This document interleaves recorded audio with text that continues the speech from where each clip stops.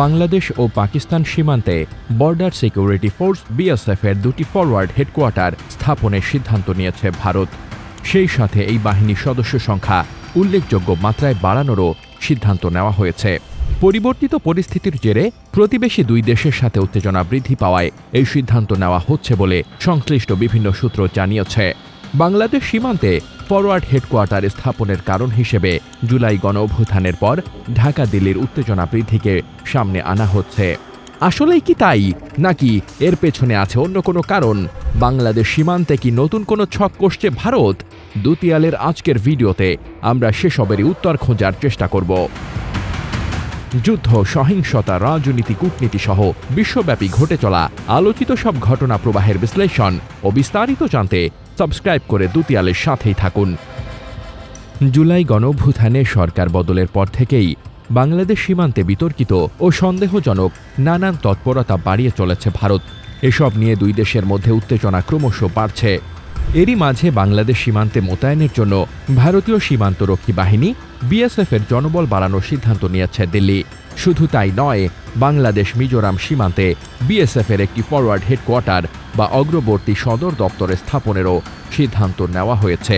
একই প্রকল্পের আওতায় ভারত পাকিস্তান সীমান্তেও একটি ফরওয়ার্ড হেডকোয়ার্টার স্থাপনের সিদ্ধান্ত নেওয়া হয়েছে বলে জানিয়েছে কর্তৃপক্ষ। সেই সাথে ওই সীমান্তেও বাড়ানো হবে সীমান্তরক্ষীর সংখ্যা।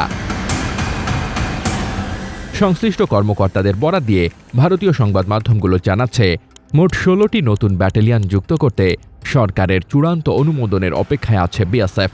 এসব ব্যাটালিয়নের আওতায় বাড়ানো হবে অন্তত 17,000 সীমান্তরক্ষী। সেই সাথে বাংলাদেশ ও পাকিস্তান সীমান্তে অর্থাৎ পূর্ব ও পশ্চিম কমান্ডে দুটি অগ্রবর্তী সদর দপ্তরে স্থাপনেরও অনুমোদন দেওয়া হবে। এরই মাঝে এসব ব্যাপারে নীতিগত অনুমোদন দেওয়া হয়েছে। ভারতীয় বিশ্লেষক ও গণমাধ্যমগুলো বলছে, গত বছর শেখ হাসিনা সরকারের পতনের পর থেকেই বাংলাদেশ সীমান্তে অতিরিক্ত সতর্ক অবস্থায় আছে বিএসএফ।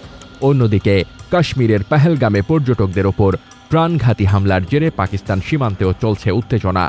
সার্বিক প্রেক্ষাপটে সীমান্তরক্ষী সংখ্যা বৃদ্ধি এবং অগ্রবর্তী সদর দপ্তরে স্থাপনের উদ্যোগ বাস্তবায়ন হলে বাংলাদেশ ও পাকিস্তান সীমান্তে বিএসএফের সক্ষমতা উল্লেখযোগ্য মাত্রায় বাড়বে।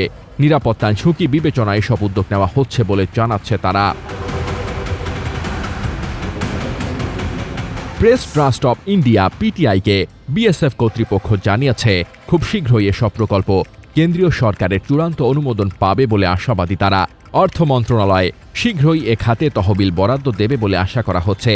এরই মাঝে স্বরাষ্ট্র মন্ত্রণালয়ের অনুমোদন মিলেছে। চূড়ান্ত অনুমোদনের পর দ্রুততার সাথে প্রকল্প বাস্তবায়নের কাজ শুরু হবে। এগুলো শেষ করতে কয়েক বছর পর্যন্ত সময় লাগবে বলে জানিয়েছে তারা। পরিসংখ্যান বলছে, বর্তমানে বাংলাদেশ ও পাকিস্তান সীমান্তে বিএসএফের 193টি ব্যাটালিয়ন মোতায়েন আছে।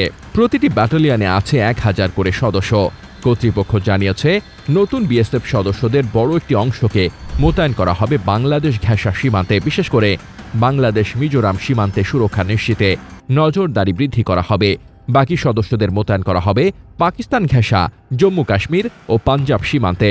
বিশ্লেষকরা বলছেন, বাংলাদেশের সাথে উত্তেজনা বৃদ্ধি ও পরিবর্তিত ভূরাজনৈতিক বাস্তবতায় মিজোরাম সীমান্তে নিরাপত্তা নিয়ে উদ্বেগ আছে ভারতের। সে কারণেই এমন উদ্যোগ। ভৌগোলিকভাবে বাংলাদেশের পার্বত্য চট্টগ্রাম অঞ্চল ঘেঁষা ভারতীয় রাজ্য হল মিজোরাম। ভারতের সংশ্লিষ্ট কর্মকর্তারা বলছেন, দ্রুত পরিবর্তনশীল নিরাপত্তা বাস্তবতা, ভৌগোলিক অবস্থান সহ বিভিন্ন ইস্যুতে নতুন করে বিএসএফকে শক্তিশালী করার বিষয়টি বিবেচনায় নিচ্ছে কেন্দ্রীয় সরকার। বাংলাদেশ ও পাকিস্তান দুই দেশ মিলিয়ে মোট 6,726 কিলোমিটার সীমান্ত পাহারা দেয় বিএসএফ। এর মাঝে কাশ্মীরের লাইন অফ কন্ট্রোলে 339 কিলোমিটারের বাইরে ভারত পাকিস্তান আন্তর্জাতিক সীমান্ত আছে 2290 কিলোমিটার। অন্যদিকে বাংলাদেশের সাথে ভারতের সীমান্ত দৈর্ঘ্য অনেক বেশি, 4097 কিলোমিটার।